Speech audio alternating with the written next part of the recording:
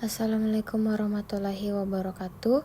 Di sini kami akan membahas mengenai bioetika dengan kasus kehamilan ektopik. Kami beranggotakan 2 orang.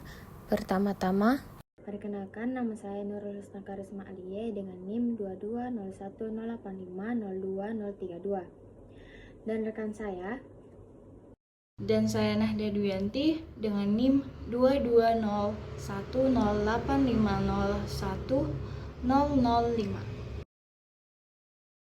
baik, adapun materi-materi yang akan kami bahas, yang pertama pengertian bioetika, yang kedua 3 etika dalam bioetika, yang ketiga 3 etika dalam studi kasus, yang keempat pengertian kehamilan ektopik, yang kelima penyebab atau faktor kehamilan ektopik, yang keenam gejala kehamilan ektopik, dan yang terakhir penanganan kehamilan ektopik.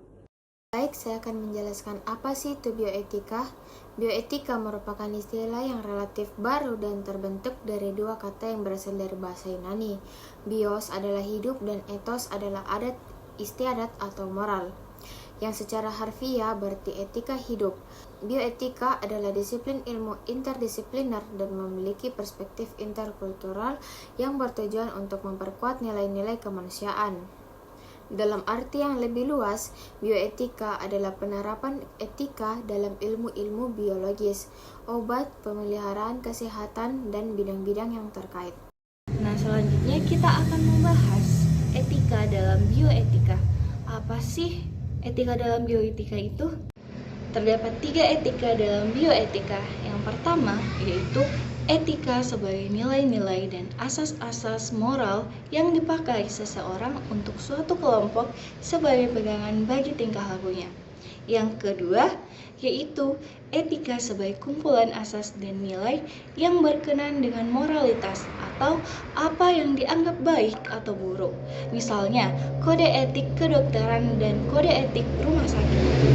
Nah, yang ketiga yaitu etika sebagai ilmu yang mempelajari tingkah laku manusia dari sudut norma dan nilai-nilai moral. Baik, terdapat 3 etika dalam studi kasus. Yang pertama, membantu masyarakat untuk melihat secara kritis mortalitas yang dihayati oleh masyarakat. Yang kedua, membantu kita untuk merumuskan pedoman etis yang lebih memadai dan norma-norma baru yang dibutuhkan karena adanya perubahan yang dinamis dalam tata kehidupan masyarakat.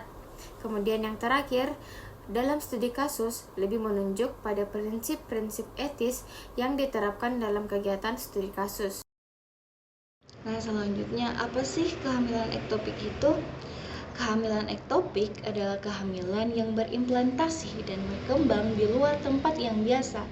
Biasanya peristiwa implantasi zigot terjadi di dalam rongga rahim, tetapi bukan pada serviks dan kornu. Dengan demikian, kehamilan yang berkembang di dalam serviks atau di dalam kornu masih bagian dari rahim.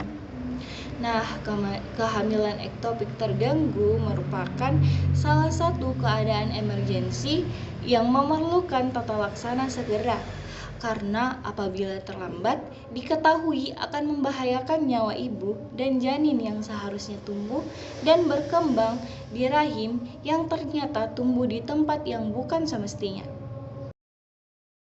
Adapun faktor risiko terjadinya kehamilan ektopik terganggu. Yang pertama, umur, yang kedua, grafida, yang ketiga, riwayat kesehatan, yang keempat, riwayat kehamilan yang lalu, dan yang kelima, riwayat kontrasepsi, yang memiliki peranan yang cukup besar terhadap kejadian kehamilan ektopik. Kehamilan ektopik memiliki gejala yang tidak khas karena mirip dengan kehamilan normal, sehingga dibutuhkan diagnosis dini dengan cara anamnesi, pemeriksaan fisik, dan juga pemeriksaan penunjang untuk mengetahui kehamilan normal atau abnormal, karena kehamilan ektopik ini termasuk dalam kehamilan abnormal. Kehamilan ektopik tidak dapat dicegah, namun faktor risikonya dapat dikurangi. Di sisi lain, penelitian terkait faktor risiko kehamilan ektopik ini masih belum ditemukan dan belum dieksplorasi.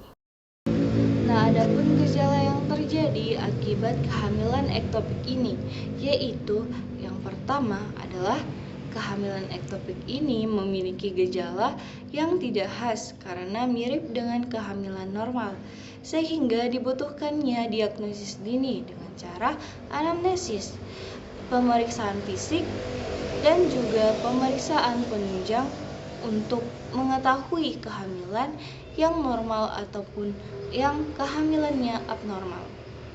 Yang kedua yaitu nyeri pada perut atau juga panggul. Yang ketiga, pendarahan pada vagina.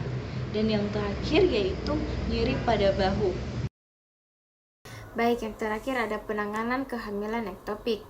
Yang pertama, diharapkan kepada institusi pelayanan kesehatan untuk memberikan pendidikan kesehatan kepada ibu-ibu hamil terkait faktor resiko agar kedepannya dapat mengurangi resiko kejadian kehamilan ektopik.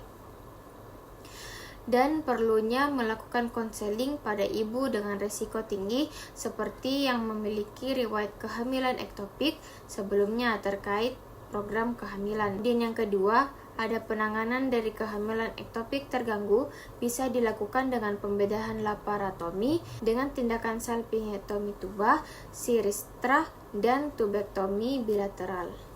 Baik, itu saja penjelasan kami mengenai materi bioetika dalam kasus kehamilan ektopik. Lebih dan kurangnya mohon dimaafkan. Wassalamualaikum warahmatullahi wabarakatuh.